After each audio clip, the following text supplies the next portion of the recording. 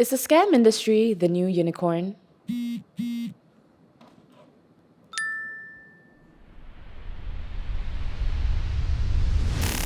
Hello and welcome to Exposing the Shadows, a podcast where we unravel the darker schemes and scams affecting lives today. In this episode, we're diving into a shocking story from Singapore, a tale of trust, deception, and devastating loss. I bring you the story of Madam Tan, a 65-year-old retiree who fell victim to a cruel online scam that wiped out her life savings in just 15 days. It all started in August when Madam Tan received a friend request from a man calling himself Alvin.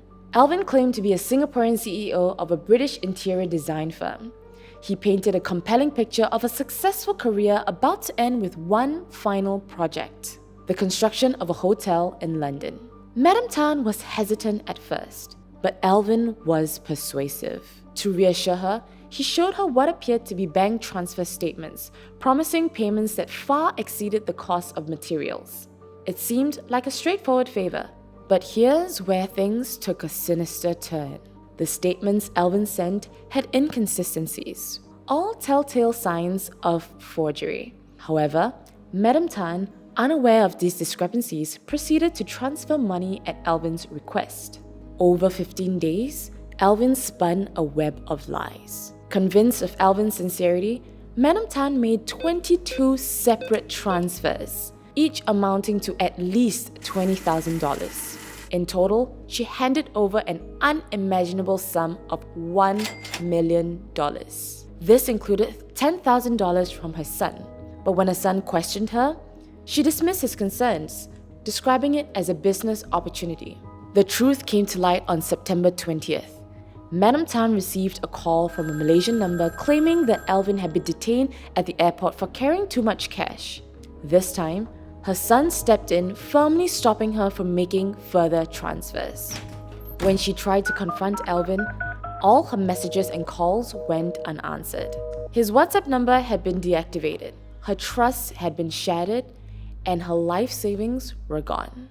After a lifetime of frugality, she not only lost 40 years of savings but is also burdened with debt. The money she'd set aside for her retirement and healthcare vanished in just a matter of days. Unfortunately, her story is not unique. Scammers prey on trust, crafting elaborate stories and exploiting your emotions. It is a reminder to verify any requests for money, no matter how genuine they seemed, and to consult your loved ones when in doubt. The reality is that it is very common for Singaporeans to encounter such scams. Hello, this is Sergeant Peter Goh from the Singapore Police Force. You have been involved in an illegal money transaction. In cases of government official impersonation scam, the scammers will call victim impersonating as bank staff or government official from government agencies. So they'll recite the victim's full name and NRIC. They'll tell them that there are fraudulent transactions in their bank accounts and ask them to verify. So when the victims deny knowledge of such transactions, the scammers will transfer the phone call to a second scammer, this time impersonating as another government official, usually from the police or another government agency. So these calls sometimes comes in a form of video calls. So there will Video? Right, videos. Oh, okay. So they will literally do a face-to-face call with you, and they'll be in uniforms. Okay. So to make it even more real, there are usually backgrounds with the agency's logo, and the scammers will also show fake warrant cards and official-looking documents. Right. So after the scammers tell the victims that these are fraudulent transactions, you'll be investigated and you'll be imprisoned. So this is when the victims get very worried and concerned, and they fully believe that the scammers are genuine officers, so they'll follow whatever instructions that the scammers give. So after the conversation, the scammers will give victims designated safety accounts to transfer their monies into. So they'll give all sorts of reasons, such as these accounts are temporary, we will set aside your money for investigations. After the investigations are completed, we'll return everything to you. So the scammers will continue to do it until the victim depletes their bank accounts. Okay. I think what is worrying is that on top of that, they couple it with social engineering. They get the victim to be downloading the APK file. So that brings in a malicious app into that device. What it does is that it monitors the movement of the client and victim. They literally tell them, exactly what you need to do. So Okay. it is like a fortune teller. Okay. So you think about it, if today I can tell you what exactly you ate yesterday, would you believe me? You Right. would. Yeah, Definitely yeah, would. exactly. It's quite insane how much info they can get on us. In your experience, what do you feel are some of the cognitive biases that people usually adopt? Why do people not believe that they can fall prey to scams? The most common cognitive bias we see is the confirmation bias. So this is the tendency that people seek information that supports their prior beliefs. So for example, when the scammers read out the full name and NRIC number, they are inclined to believe that this is legitimate. In the first half of 2024, the top 3 scam types were e-commerce, job and phishing scams. Okay. However, the scam types with the highest amount of losses were actually job, investment, and government official impersonation scams. Specifically for government official impersonation scams, the average loss per person is very high. It's about $116,000 per victim. And when do you think is the point where it hits them that this might not be real? Usually, it comes to the point where they have no more money left in their bank account. They are at their wits' end. Then they'll approach their friends or family. People around there will alert them that this is a scam. Okay, so actually it takes like other people to like see your situation to realize, give them a perspective. Because often than not, they ask you not to tell anyone, not even your family members. Yeah. I've spoken to some people and I know that it is a struggle for them. Like this person said that it was hard for him to work the police because obviously the struggle to trace the money was there. So like in your opinion, how can the banks and the police help? Usually, we will encourage the victims to report to the bank. We log a case here. But I think more importantly is also to lodge a police report. Yeah, because that would empower the banks to be doing the right thing. When you lodge a police report, it will kickstart the investigation process. So it will help us to identify where are the beneficiary accounts. So we'll do our best to recover as much money as possible for the victim. However, the hard truth is once a transaction has been effected, it is very difficult to recover the money. And fund recovery aside, a police report will also enable us to identify the perpetrators who are involved so that they can be brought to justice. Can we ever outrun or beat the scammers? There's really no silver bullet. All right, we got to recognize that. The part of using technology is, I believe, all banks are pursuing because you like it or not, the scammers are very innovative. Collaboration is key. While the bank may have asked you to make a police report, the bank will not just sit there and do nothing. We would also help to trace the funds, and if we can, we reveal and we take our appropriate actions. We do have money lock. We offer money lock to all our clients. So basically what it does is that lock up a substantial amount of your funds. And what it does is that it will slow down the process if one day we ever fall prey to a scam event. And number 2, we do have kill switch as well. Client can suspend their digital banking services through the hotline. You just have to dial in the hotline and press number 9 and go through the process. It will lock up your digital banking services. Number 3, we do provide rigorous trainings to our frontline officers and non-frontline officers. We have our fraud surveillance as well. So there's no silver bullet, but we will try to identify suspicious transactions.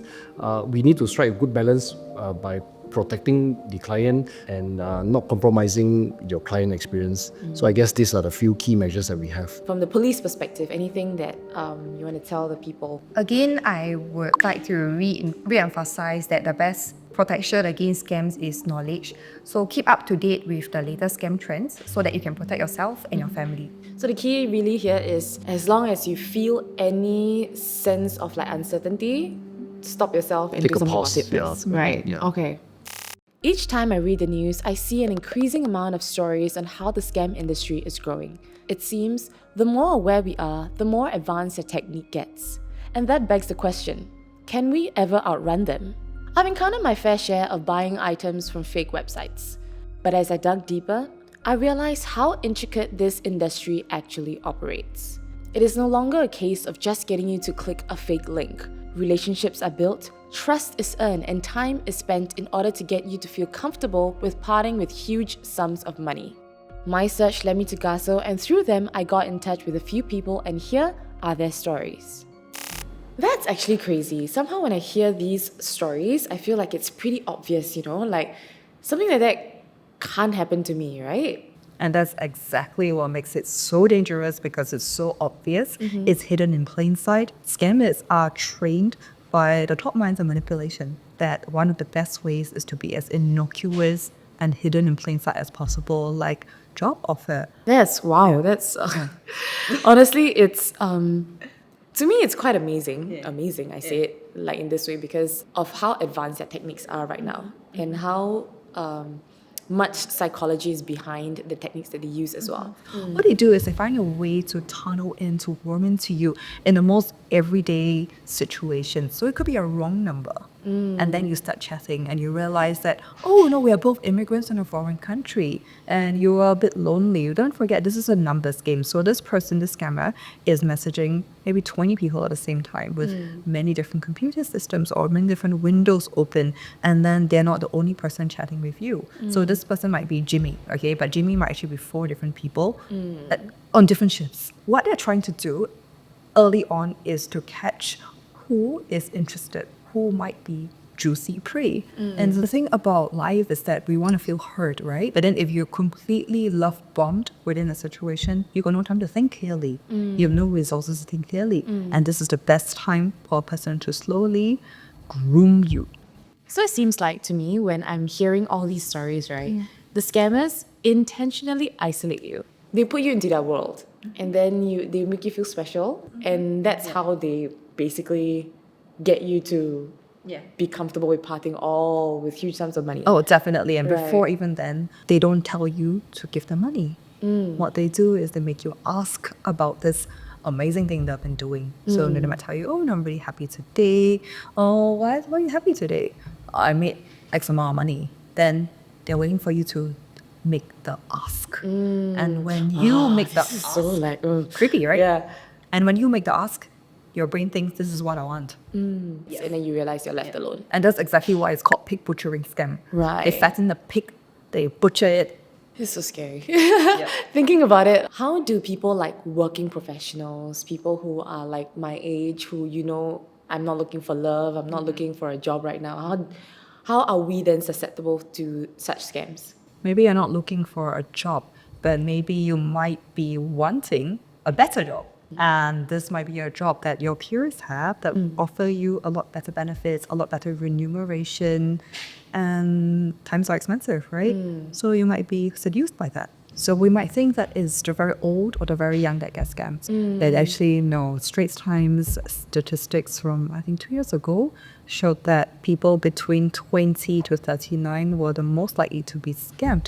So I think it was 56.3% of all scamming victims were between this demographic. The Gen Zs are even more susceptible to being scammed. Oh, why? You don't have your radar up for what's dangerous or what's not dangerous. And also, it's very important not to shame other people who have been scammed. It becomes that stupid people, vulnerable people versus me. And the more arrogant we are, actually, it makes us more susceptible to being scammed. Because we think we're invincible. Now, this is not to say go around being paranoid about every single thing, about every single person in your life, right? There's just to be like a basic understanding about the rules of the game in which we operate today.